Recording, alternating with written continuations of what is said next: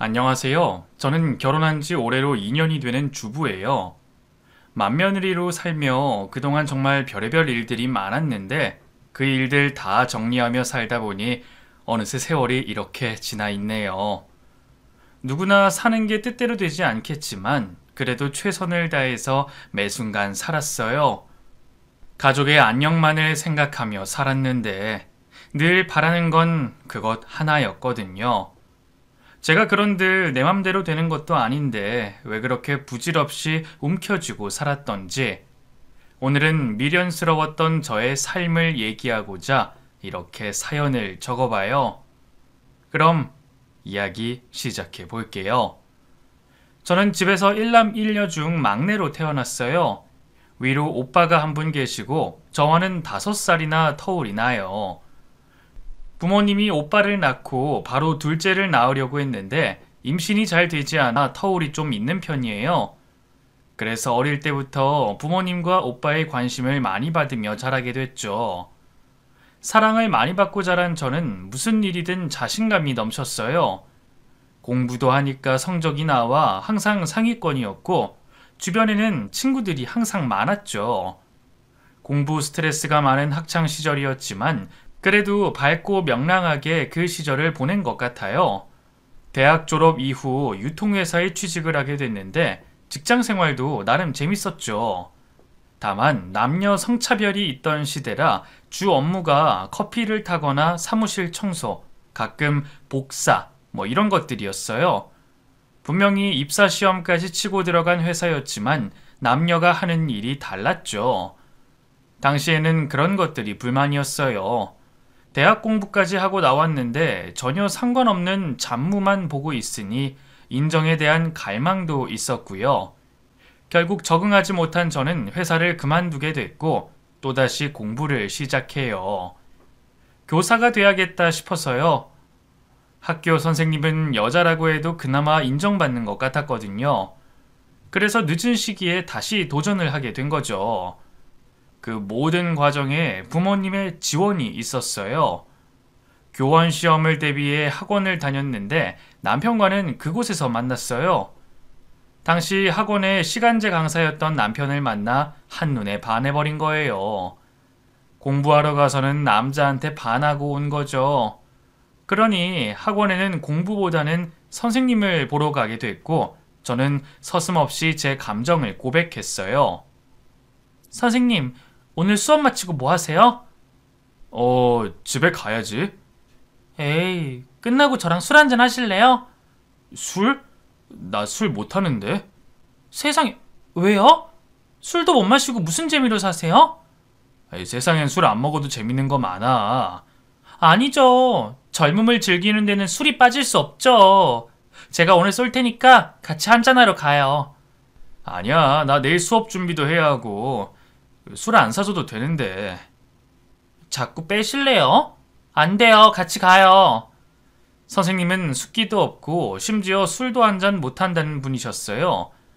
저랑 술 안 먹겠다 선을 긋길래 속이 상했지만 굴하지 않고 따로 만났죠. 그날은 다른 학생들도 불러 같이 시간을 보내며 친해졌고 이후에도 종종 제가 먼저 다가가 저의 호감을 표현했어요. 그러다가 드디어 그 둔한 선생님이 저에게 눈길을 주기 시작하더군요. 10번 찍어 안 넘어가는 나무 없다더니 그 말이 진짜였어요. 그렇게 조금씩 시작된 우리 둘의 감정은 연인으로 발전하게 됐고 이후 결혼 얘기가 나올 정도로 깊어졌어요. 나 결혼시켜주세요, 아버지. 뭘 한다고? 결혼요. 너 만나는 사람 있어? 누구? 뭐 하는 놈이야? 학원에서 시간 강사예요. 시간 강사? 지금 시간 강사하는 놈한테 시집 가겠다는 거냐? 자꾸 놈놈하지 마세요. 제가 사랑하는 사람인데. 사랑이라니? 안 돼! 그런 놈한테 너 시집 못 보낸다. 아버지, 저 결혼할래요. 시켜주세요. 부모님은 그 사람의 직업을 듣자마자 결혼을 반대하셨어요. 사람이 어떤지 보지도 않고 반대부터 하시니 저는 너무 답답했고요. 절대로 포기 안 한다는 제 말에 별 수 없이 그 사람을 한번 보자 하셨고 그렇게 인사를 하게 됐어요. 하지만 두 분은 그 사람을 만나보고는 더 반대를 하셨죠. 집안끼리 수준이 맞지 않다는 게 그 이유셨고요. 너 만나는 놈 장남이라며? 밑으로 동생이 둘이나 있다는데 심지어 하나는 고등학생이래. 너 지금 시집 가면 그 동생들 뒷바라지 다 해줘야 해. 그걸 네가 할 수 있겠어? 네 방 청소도 안 하는 놈이. 할 수 있어요, 아빠. 내가 안 해서 그렇지 하면 또 잘하잖아. 나 시집 보내줘요. 오빠랑 결혼할래. 이놈이 안 돼. 절대로 안 돼. 아, 왜요? 왜 안 된다는 거예요?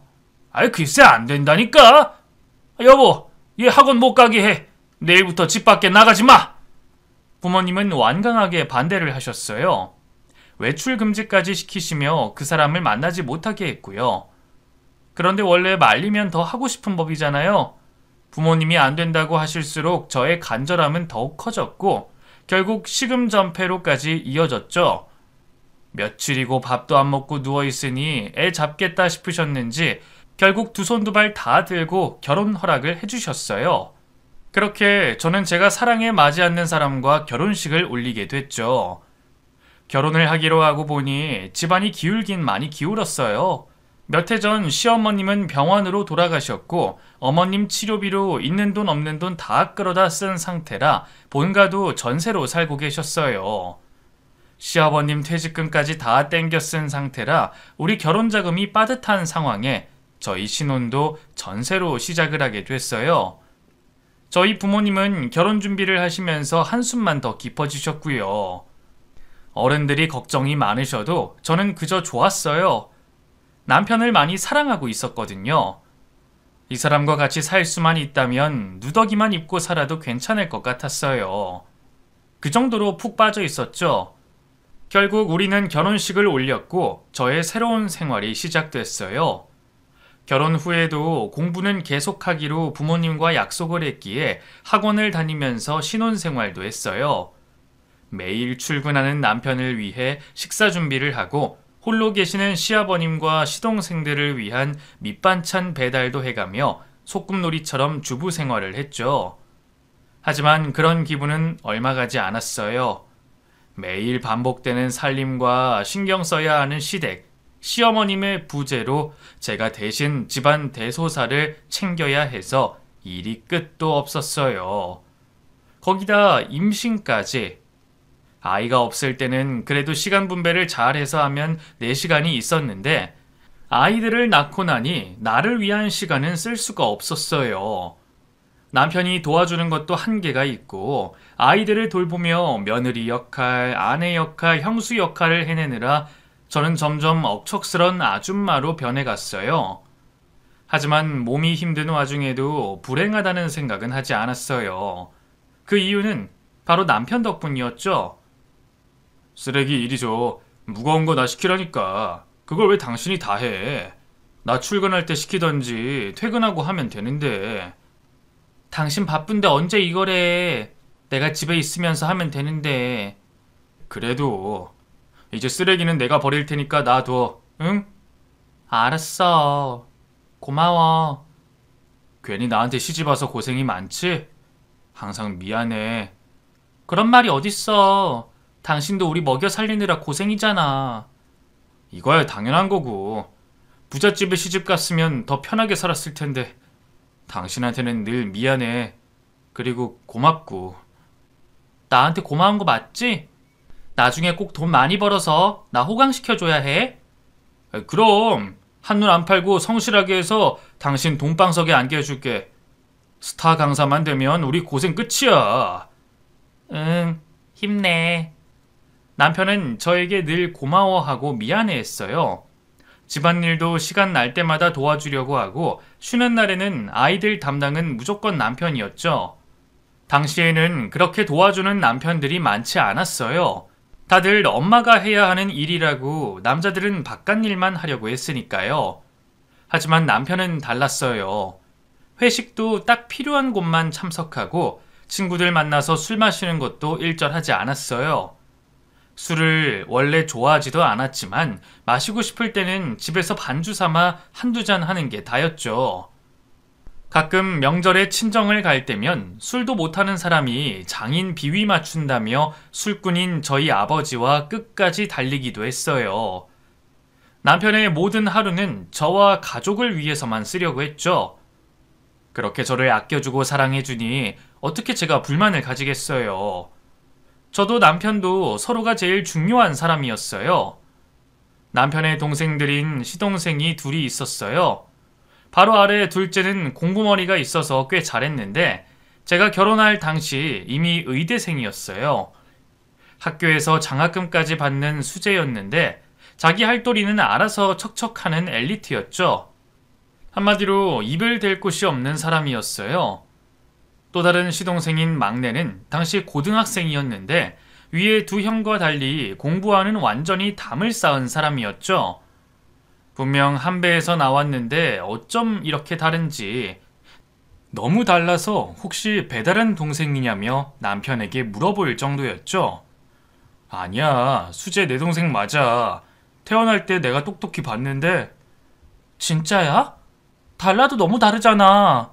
이름도 수재인데 어쩜 저렇게 공부를 싫어하나 몰라. 수재 태어나고부터 엄마가 아팠어. 그래서 수재는 많이 못 안아주고 그러셨는데 그런 게 영향이 있었는지 국민학교 다닐 때부터 좀 산만하긴 했어. 그래도 마음은 착한 놈이니까 이해 좀 해줘. 공부야 뭐 탁월한 사람들이 하는 거지만 그래도 도련님 당신이 혼 좀 내줘. 학교도 제대로 안 가는 것 같아. 그래? 이 녀석 한마디 해야겠는데? 공부를 안 하더라도 졸업은 해야 나중에 뭘 해도 하지. 이제 1학년인데 벌써 이러면 앞으로 어떡해.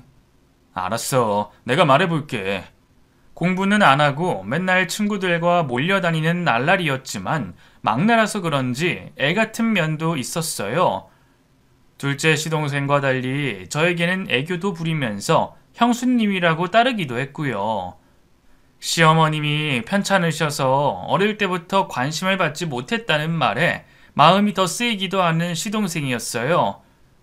가족이라 그런가 내가 품어주고 싶기도 하고 저에게 정말 밉지 않은 애물단지 같은 그런 존재였죠. 학교도 제대로 가지 않고 그러더니 그래도 졸업을 하더군요. 졸업 후 다른 친구들은 모두 대학에 갔는데 바로 군입대를 지원했어요. 매도 먼저 맞는 게 낫다며 얼른 다녀오고 치운다며 씩씩하게 육군으로 갔죠. 형들은 혹시나 군대에서 갈굼당할까봐 걱정이 많았어요. 순종적이지 않고 자꾸 튀어나가는 동생의 성향을 잘 아는 거였죠. 저 역시 걱정이 많았는데 의외로 군 생활은 적응을 잘했고 제대까지 별일 없이 잘 다녀왔어요. 그런데 군대까지 다녀오고 나서 문제가 생기기 시작하더군요. 대학 진학은 애초에 접었기에 직장에 들어가 자리를 잡았으면 했어요. 그런데 몇 군데 다녀보고는 자신이랑 맞지 않는다며 동네 양아치들과 어울려 다녔어요. 도련님, 어제 저녁에 같이 있던 애들 누구예요? 어제 저녁이요? 그 오토바이 같이 탔던 형들요? 형이에요? 아니 밤에 왜 그렇게 시끄럽게 하고 다니는 거예요? 시장 사람들 다 욕해요. 욕이요? 누가요? 누가 우리 욕하는데요? 앞에서 따지면 찍소리도 못하는 것들이.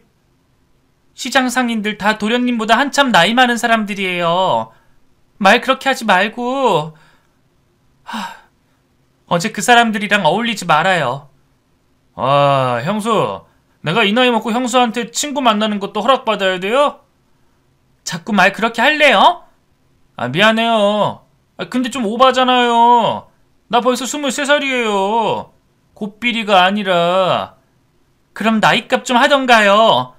자꾸 이러면 큰형한테 말할 수밖에 없어요. 알았어요. 형한테는 말하지 마요. 나이차가 있어서 그런지 막내 도련님은 저희 남편을 제일 무서워했고 남편이 말을 하면 듣는 신용이라도 했어요. 그러니 저도 사람 만들어 보려고 애를 썼지 개망난이었으면 아예 무시하고 살았을 거예요. 하지만 제가 그렇게 말을 해도 귓등으로도 듣지 않는 도련님이었어요. 여전히 그 오토바이 무리들과 어울렸고 낮에는 집에서 자고 밤만 되면 무슨 올빼미처럼 집을 기어 나갔죠. 만나는 아가씨들은 어쩜 그렇게 자주 바뀌는지, 능력이 있는 건지 그 여자들이 골이 빈 건지 옆에서 지켜보는데 속만 타들어갔어요. 이제는 머리가 굵어서 혼을 낼 수도 없고 자기가 알아서 처신하기를 지켜봐야 했죠. 그래도 여자친구가 바뀌고 밤에 일하러 나가는 일들은 귀여운 수준이었어요. 어느 날 갑자기 외제차를 몰고 나타났는데 웬 거냐니까 동네 형님 차인데 빌린 거라고 하더라고요. 그 형님이라는 사람들은 조폭이라고 소문이 난 사람이라 혹시나 큰 일에 휘말릴까봐 늘 노심초사 걱정을 해야 했어요. 그러던 중 둘째 도련님이 결혼할 사람이라고 여자를 소개시켰어요. 부잣집 외동딸이었는데 있는 집 여식답지 않게 조신하고 성품도 좋아 보였고요. 소개팅으로 만나게 됐다면서 도련님이 의사라는 걸 그 집 어른들이 많이 좋아하셨대요. 그래서 곧장 결혼 이야기까지 나오게 된 것 같았죠. 둘째 도련님 말이야. 그 집에서 병원 차려준다고 하던데? 아이, 그랬대? 민재 이 녀석 대접받고 장가가네. 그러게. 그 집에 아들이 없어서 그렇게 밀어주나 봐. 분위기 보니까 도련님이 그 집 대릴사위로 들어가는 것 같은데? 그래도 되지 뭐. 민재한테는 그게 더 나을지도 몰라. 아버지는 우리가 모시니까. 그렇긴 해. 도련님 좋겠다. 그치? 죽어라 공부하더니 잘 풀려서 다행이야. 이제 막내 도련님만 잘 풀리면 걱정이 없겠는데 만나는 여자애들마다 왜 그런지. 왜? 뭔 일 있었어? 아니야. 일이 있을 게 뭐 있어. 일이 있긴 있었죠. 남편에게 말을 못해서 그렇지. 도련님과 사귀었던 여자가 시댁으로 찾아온 적이 있었어요. 마침 제가 청소한다고 시댁에 있었는데 딱 마주치게 된 거죠. 얼떨결에 저와 얘기를 하게 됐는데 도련님 아이를 임신했다고 했어요. 깜짝 놀란 저는 어떻게 할 거냐고 했고 자신은 낳고 싶은데 애아빠가 지우라고 한다며 저를 붙들고 펑펑 울다가 간 적이 있었어요. 놀란 저는 도련님을 만나 바로 확인을 했고요. 도련님, 아직 결혼도 안 했는데 임신을 시키면 어떡해요? 아니 뭐 사귀다 보니 그렇게 됐어요. 근데 형수님 어떻게 아세요? 집에 찾아왔었어요. 애 낳고 싶다고 펑펑 울던데. 안 낳아요. 책임질 생각도 없는데 뭘 낳아요?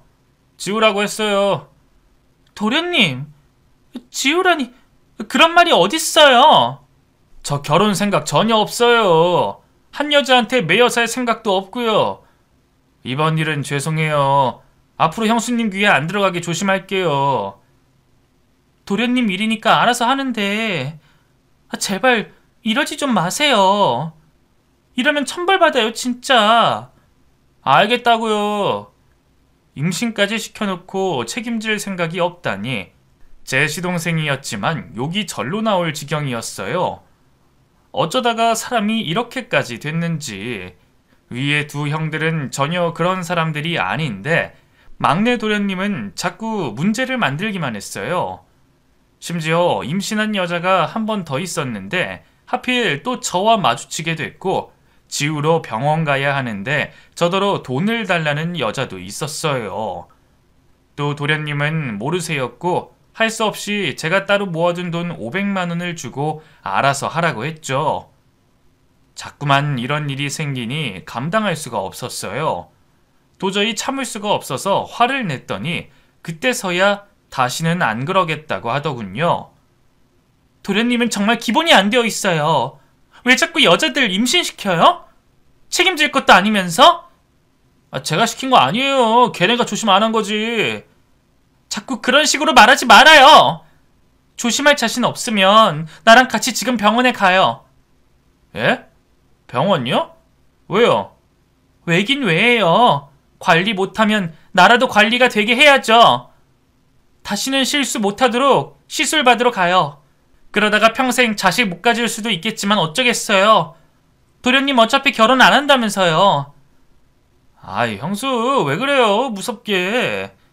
무섭긴 뭐가 무서워요. 도련님 편하게 해주려는데. 앞장서요, 병원에.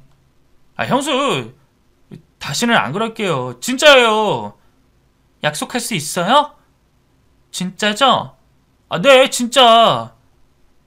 맘먹고 병원에 가자고 가방까지 들고 나섰더니 그때는 또 겁먹은 듯 다시는 안 그러겠다고 하더군요. 고등학생 때부터 봐와서 그런지 그나마 저한테는 조심하는 구석이 있어서 그리 말을 듣는다고 하니 한 번만 더 믿어보자 싶었어요. 계속 사람 아니고 동물처럼 행동한다면 인연을 끊겠다고 단단히 일러두기도 했고요. 그렇게 다짐을 받아도 늘 마음이 쓰였어요. 남편은 이제 다 컸는데 알아서 한다며 신경 끊으라고 했지만 그게 쉽지 않았어요. 내 자식들처럼 자꾸만 애가 쓰였죠. 그래도 한동안은 얌전히 지내는 것 같았어요. 어쩐 일인지 연애도 하지 않고 돈벌이에 혈안이 돼선 일만 하더라고요. 물론 제대로 된 직장에 들어가서 하는 건 아니었지만 이렇게라도 정신 차리고 살아주니 고마울 정도였어요. 그렇게 몇 년이 지나고 어느 날 결혼하겠다며 여자를 데려왔죠. 나이는 6살 아래 여자였는데 이전에 봐왔던 여자들과 너무나 다르게 조신한 그런 여자였죠. 도련님도 이번엔 진심인지 마음 쓰는 게 보였고요. 평범하게 직장 생활하는 여자였어요.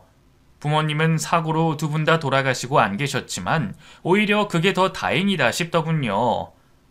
부모님이 살아계셨다면 우리 도련님 같은 사위 안 보고 싶으실 게 뻔했어요. 안 계시니까 이렇게 장가라도 간다 싶은 생각이 들었죠. 우리 쪽에서는 두 사람을 반대할 이유가 없었어요.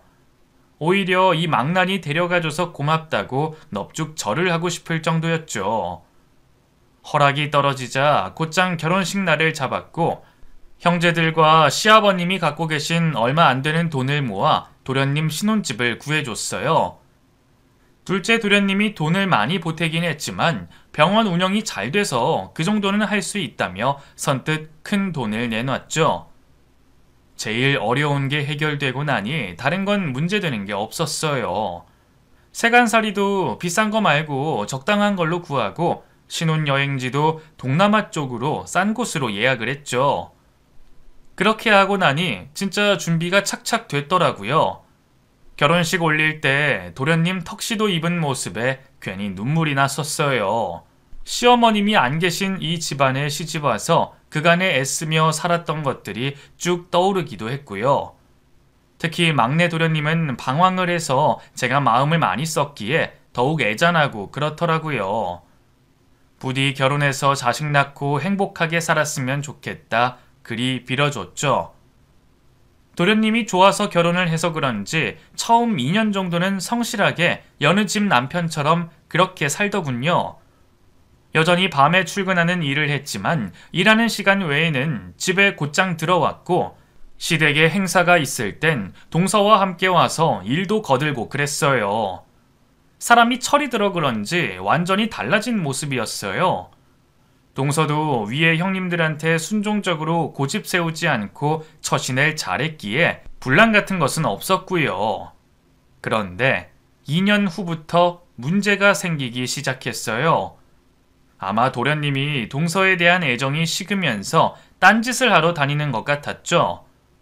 제 버릇 개 못 준다고 어째 정상적으로 산다 싶었어요. 형님, 어쩌면 좋아요?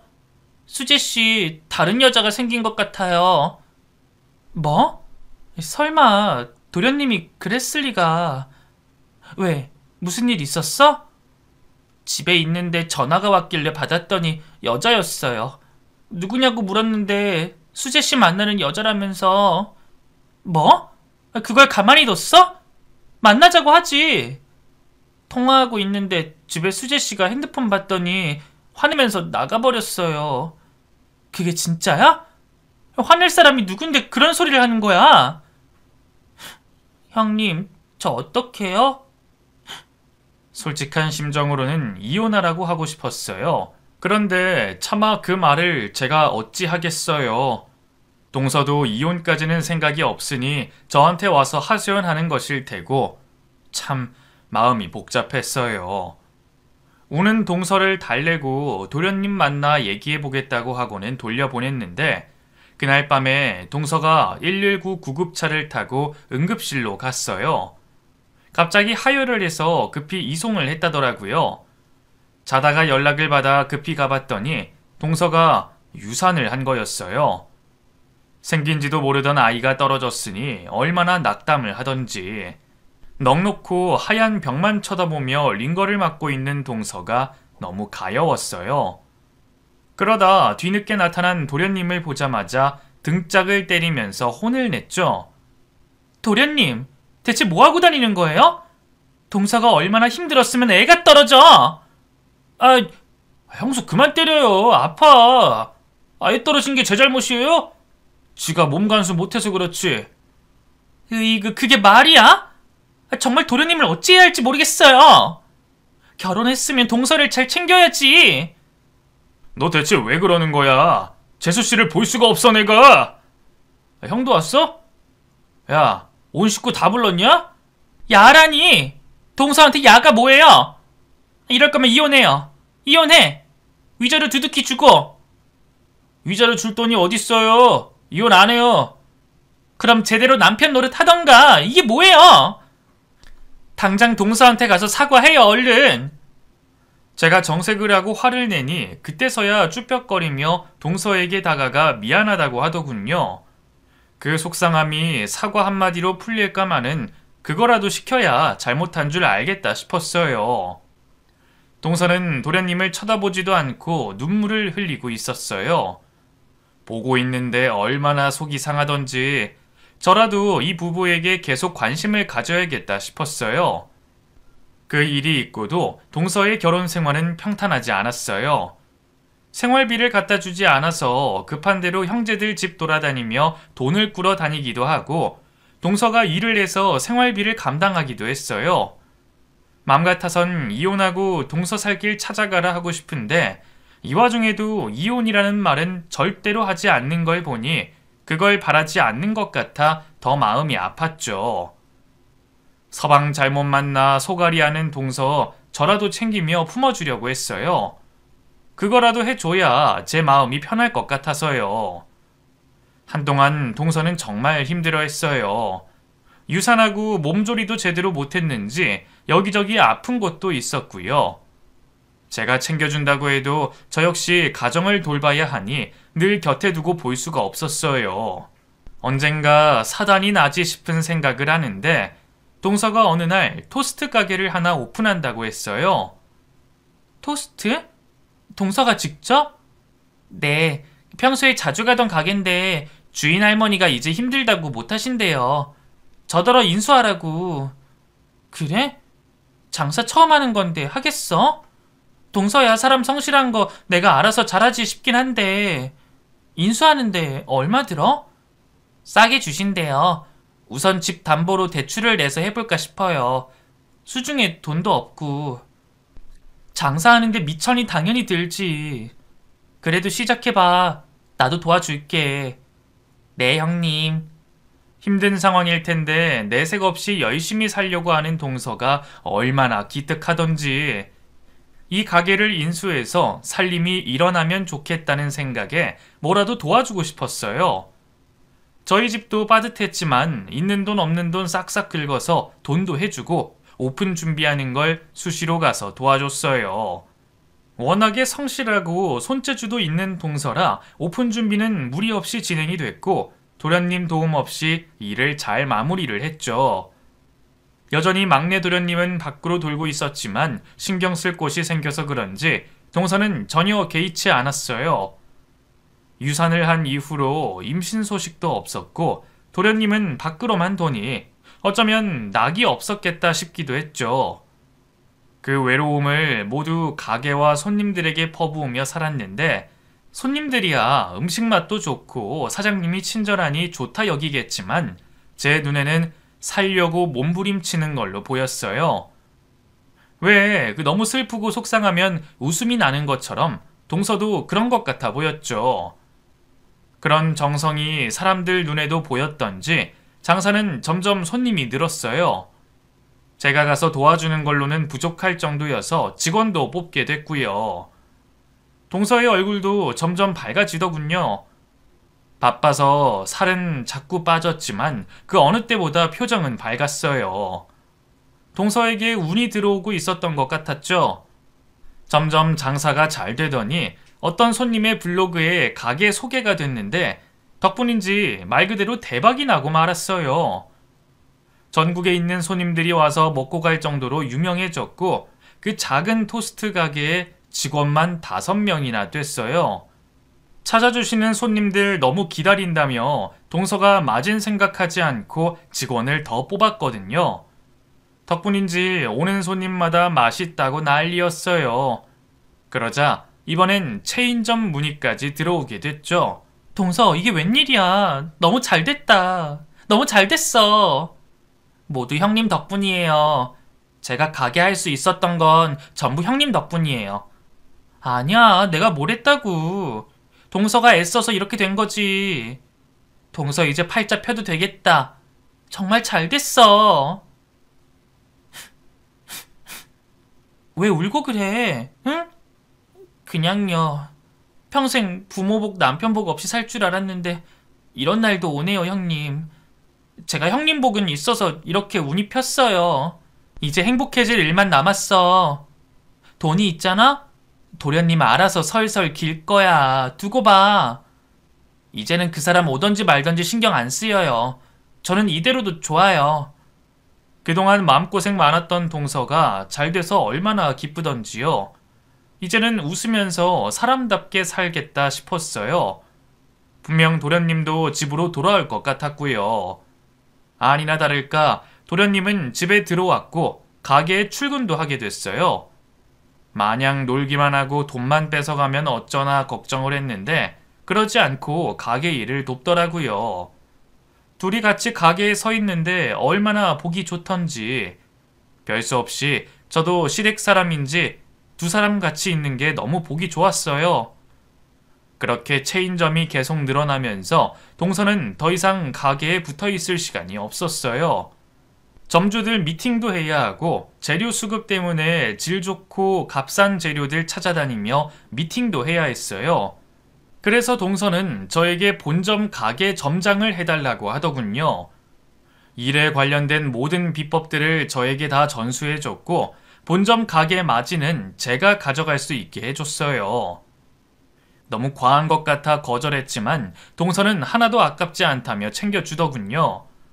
제가 해준 것도 없는데 그 작은 호의도 고마워하며 은혜를 갚은 그런 사람이었어요. 우리 동서가. 저도 평생 전업주부만 하다가 가게를 맡아 하면서 욕심이 생겼어요. 마침 애들 대학 자금도 필요했기에 타이밍이 너무 좋았죠. 이렇게까지 마음 써주는 동서가 너무 고마웠어요. 밀려드는 손님을 응대하기 위해 정신없이 일을 하고 있는데 동서가 찾아왔어요. 동서, 얼굴이 왜 그래? 무슨 걱정 있어? 아니에요, 형님. 매출 좋던데요. 지난달보다 더 늘었어요. 동서가 잘 알려줘서 배운 대로 하고 있어. 이게 맞는지 모르겠지만 너무 잘하고 계세요. 아, 형님, 저 바람 좀 쐬고 올게요. 바람? 네, 요즘 좀 피곤하기도 하고 머리도 식힐 겸요. 바다 보고 오려고요. 그래, 쉬긴 좀 쉬어야지. 너무 달리기만 했어. 네, 그럼 다녀올게요. 운전 조심해. 무슨 근심이 있는 것처럼 보였지만 말을 하지 않아 모르겠더군요. 좀 더 캐물어 볼까 하다가 가게가 바쁜 바람에 타이밍을 놓쳤고 밀려드는 손님 응대에 정신없이 장사를 했어요. 그런데 그런 저녁에 도련님에게 전화가 왔죠. 형수, 이 사람 사라졌어요. 그게 무슨 소리예요? 사라지다니. 바람 쐬러 간다고 했는데 신고 전화가 와서 와보니까 사람은 없고 유서가 있어요. 네? 유서요? 말도 안 되는 소리였어요. 걱정거리가 있어는 보였지만 죽고 싶어하는 사람은 전혀 아니었으니까요. 그런데 유서가 발견되고 해변가에서 신발이 발견됐다는 소리에 그저 너무 놀랍기만 했어요. 그날 가게 문을 닫고 현장으로 바로 갔죠. 칠흑같이 캄캄한 밤바다에서 뭘 찾는다는 것 자체가 불가능했지만 뭐라도 찾겠지 싶어 갔죠. 하지만 아무것도 찾지 못했어요. 그저 지금의 삶이 너무 버겁다는 유서와 동서 것이 분명한 신발만 덜렁 남아있을 뿐이었어요. 경찰도 정황상 자살이라고 했어요. 유서가 있기에 더욱 명백하다며 사망 처리를 할 건지 실종 처리를 할 건지 유가족들이 선택하라고 했어요. 도련님과 저는 믿을 수 없는 끔찍한 일 앞에 슬픔을 겨눌 수가 없었어요. 도련님 자신 때문에 동서가 극단적인 선택을 했다며 울고불고 난리도 아니었고요. 그 모습을 보며 저도 눈물을 주체할 수가 없었어요. 결국 도련님은 사망 처리를 하기로 했고 동서를 보내주기로 했어요.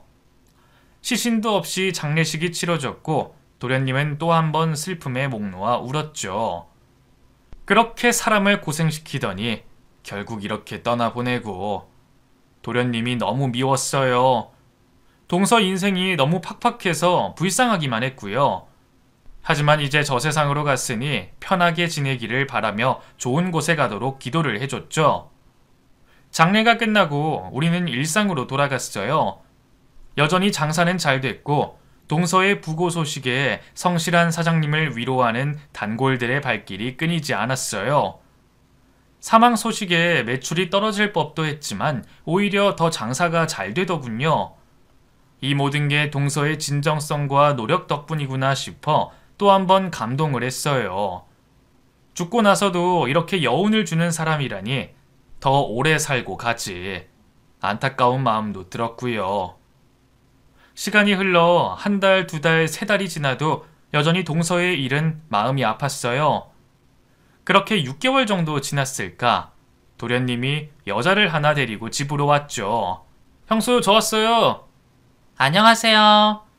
누구예요? 아, 나 새장가 갈까 싶어서요. 뭐라고요? 나 많이 힘들었잖아요. 나도 다 놓고 그 사람 따라가고 싶었는데 이 여자가 내 목숨 살려줬어요, 형수. 나한테 은인이나 마찬가지예요. 도련님, 도대체 무슨 소리 하는 거예요? 동서가 떠난 지 6개월밖에 되지 않았을 때였어요. 그런데 한참이나 어린 여자를 데리고 와서 결혼을 한다니. 보아하니 온몸에 명품을 두르고 다니는데 다 도련님이 사준 거라고 하더군요. 기가 찼어요. 정말 기가 차고 코가 막히고 할 말이 없었어요. 대체 머릿속에 무슨 생각이 들어있나 정말 뚜껑을 열어 살펴보고 싶을 정도였죠. 도련님, 미쳤어요? 돌았어? 드디어 이제는 실성했어? 어디서 재혼 얘기예요? 동서 떠난 지 얼마 됐다고? 뭐? 생명의 은인? 도련님 생명의 은인은 동서예요, 동서! 그렇게 고마우면 따라가던지! 와, 형수, 뭔 말을 그렇게 살벌하게 해요? 재혼 절대로 안 돼요. 한 번만 더 재혼 얘기 꺼내면 아버님께 말씀드려서 호적에서 파버릴 테니까 알아서 해요. 네? 아이 참. 야, 가자. 안 되겠다. 형수, 나중에 올게요. 그 여자 같이 올 거면 오지 마! 시동생은 제 호통을 듣고 쭈뼛거리며 여자를 데리고 갔어요. 가는 뒤통수를 보는데 얼마나 얄밉던지 바가지로 그 뒤통수 한 대 때리고 싶은 마음도 들었어요. 상 치른 지 얼마 됐다고 재혼 얘기를 꺼냈는지 시동생 생각만 해도 가슴이 답답해졌어요. 호적 판다는 소리로는 안 될 것 같아서 정신 안 차리면 가게 일 다 접겠다고 협박도 했어요. 사실상 가게 업무를 모두 아는 건 저밖에 없었기에 도련님한테 제가 꼭 필요했거든요. 이런 식으로 나오면 손 놓겠다고 했더니 알아듣는 척 잘못했다고 하더군요. 어떻게 나이를 먹어도 나이값을 못하는지 안 되는 것들은 절대로 안 된다 싶었어요. 그렇게 재혼 문제가 일단락이 되고 동서의 기일이 다가왔어요. 시아버님도 동서를 아꼈던 분이라 제사를 지내주자고 하셨고 시댁에서 지내기로 했죠. 그날은 가게도 문 닫고 아침부터 제사 음식을 준비를 했어요. 첫 기일인데 제대로 차려주고 싶었거든요. 둘째 동서까지 오라고 해서 분주하게 음식 장만을 했어요. 그런 와중에도 막내 시동생은 코빼기도 보이지 않았어요. 자기 마누라 제사면 와서 돕고 그러기라도 하겠는데 오지도 않더라고요. 인간 되려면 멀었다 하며 체념을 했죠. 하루 종일 음식 장만을 하고 둘째 동서와 옛날 이야기도 하면서 시간이 빨리 흘렀어요. 밤이 되니 식구들도 다들 모이고 제사상을 차리고 있었죠. 다들 동서에게 고마운 마음이 있었기에 제사를 지내주는 걸 당연하게 생각하고 있었죠. 한참 상을 차리고 있는데 시동생이 나타났어요. 그것도 일전에 같이 왔던 그 여자와 함께요. 도련님, 이 사람 여기 왜 왔어요? 앞으로 결혼할 사이인데 이런 날 와서 눈도장 찍는 거죠. 안 그래요? 참 해맑은 표정으로 말을 하는데 이걸 구울까 삶을까 우라통이 터지더군요. 오늘 동서 기일인 거 몰라요? 도련님 와이프 제삿날. 알죠. 얘도 인사하고 좋잖아요. 도련님. 너 이 자식 정신 안 차려? 남편도 화가 나서 버럭 소리를 질렀고 식구들 다 눈살을 찌푸리며 쳐다봤어요. 정말 해도 해도 너무한다 싶더군요. 동서가 시동생에게 어떻게 했는데 이럴 수는 없었어요. 같이 온 여자는 오늘도 명품 쪼가리를 몸에 휘감고 와선 도도하게 눈 내리깔고 구경하고 있더군요. 꼬라지도 보기 싫어서 나가라고 소리를 질렀어요. 나가! 당신 이 집에서 나가! 여기가 어디라고 왔어? 안 나가? 아, 형수! 진짜... 나갈게요. 나가면 되잖아. 아, 진짜 기분 잡치게. 뭐? 너 방금 뭐라 했어? 시비 걸지 마요. 저번부터 왜 이러는데? 아줌마 갱년기야? 뭐? 전현이?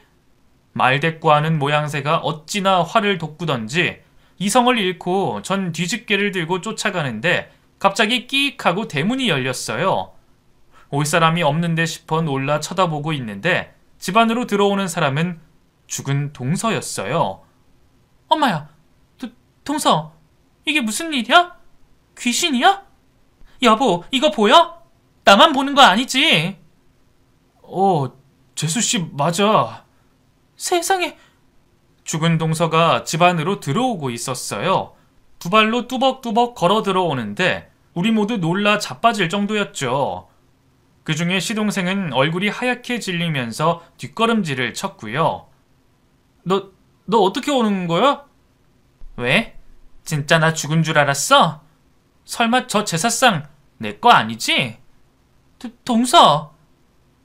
야, 네가 왜 여기 있어? 왜 여기 있냐고? 누구 좋으라고 내가 곱게 죽어? 너 나 죽이고 전현한테 세장가 가려고? 어림도 없지. 어림도 없어. 죽이다니 그게 무슨 소리야? 동서가 스스로 물에 들어간 거 아니야? 형님, 저 인간이 나를 불러내선 바다 한가운데서 밀었어요. 내가 수영 못하는 거 뻔히 다 알면서. 그게 사실이야? 진짜야? 도련님, 진짜 네가 그랬어? 아니야, 나 아니야. 아니긴 뭐가 아니야, 이 살인자야. 동서는 시동생에게 달려들어 머리를 쥐어뜯고 핥히고 깨물었어요. 그동안 어디서 어떻게 지냈는지 살이 다 빠져서 몸에 뼈밖에 없는 사람이 어디서 힘이 나서 그러는지 시동생은 도망가지도 못하고 아프다며 소리를 질렀고요. 놀란 눈으로 둘을 지켜보던 여자는 급히 가방을 챙겨 도망갔는데 입구에서 경찰과 마주쳤어요. 동서가 경찰까지 데리고 온 모양이었어요. 그 길로 시동생은 경찰에게 잡혀 끌려갔고 동서는 울면서 그동안 있었던 일을 설명해줬어요. 시동생이 바람을 쐬자고 바다로 데리고 갔는데 배를 타고 바닷가 중앙에 나갔대요. 그러고는 방심한 사이 동서를 바다에 밀어버렸고 허우적거리던 동서는 바닷속으로 의식을 잃고 가라앉기 시작했대요. 그 순간 누군가 동서를 바다 위로 쑥 끌어올렸는데 인근에서 작업하던 해녀가 동서를 발견하고는 극적으로 살려준 거죠. 동서, 얼마나 무서웠어 그래. 도련님이 그렇게 무서운 짓을 할 줄은 꿈에도 몰랐어. 형님, 너무 무서워서 계속 숨어 지냈어요. 이 사람이 날 죽이려 했다는 게 너무 힘들어서. 이렇게 돌아와서 다행이야. 잘 왔어. 정말 잘 왔어. 형님, 저 그 인간 용서 안 해요. 절대로 용서 안 할 거예요. 동서는 눈물을 흘리며 절규했고 그 모습을 보는 우리 모두 아무 말도 못하고 고개만 숙이고 있었어요. 가족이라는 이유로 동서 앞에서 할 말이 없었어요. 그동안 얼마나 힘들었을까. 남편이 자신을 죽이려고 했다는 사실에 망연자실했을 동서가 너무나 불쌍해 보였어요. 잡혀간 도련님은 동서의 증언으로 결국 감옥행이 됐어요. 더 놀라운 건 같이 있던 여자와 함께 동서의 살인을 모의했고 조사 과정에 그 모든 게 밝혀져서 같이 감옥행이 됐죠. 심지어 동서를 죽이자는 계획은 그 여자 머리에서 나왔다는 사실에 모두 놀라고 말았죠. 지루한 재판이 끝이 나고 드디어 모든 게 정리가 됐을 때 동서는 토스트 가게를 정리했어요. 그리고 저에게 1억이라는 돈을 주고는 떠났죠. 사람이 무서워서 도시에는 못 살겠다며 한적한 곳에 가서 살겠다고 했죠. 우리 가족은 동서에게 다시 한번 사죄를 했고 그렇게 모든 게 끝이 났어요. 이 일로 시아버님은 충격을 받아 몸져 누우셨어요. 호적에서 파버리겠다며 매일매일 화를 내고 계세요. 그동안 시동생에게 관대한 저도 시동생에게 전륜을 선언했어요. 다시는 내 눈앞에 나타나지 말라고 했고 이후 면회도 가지 않고 있죠.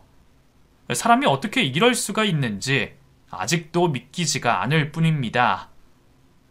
제 이야기는 여기까지예요. 이 동서 생각만 하면 아직도 가슴이 아파요. 어딘가에서 살고 있을 동서에게 앞으로 좋은 일만 있길 바라고 있어요.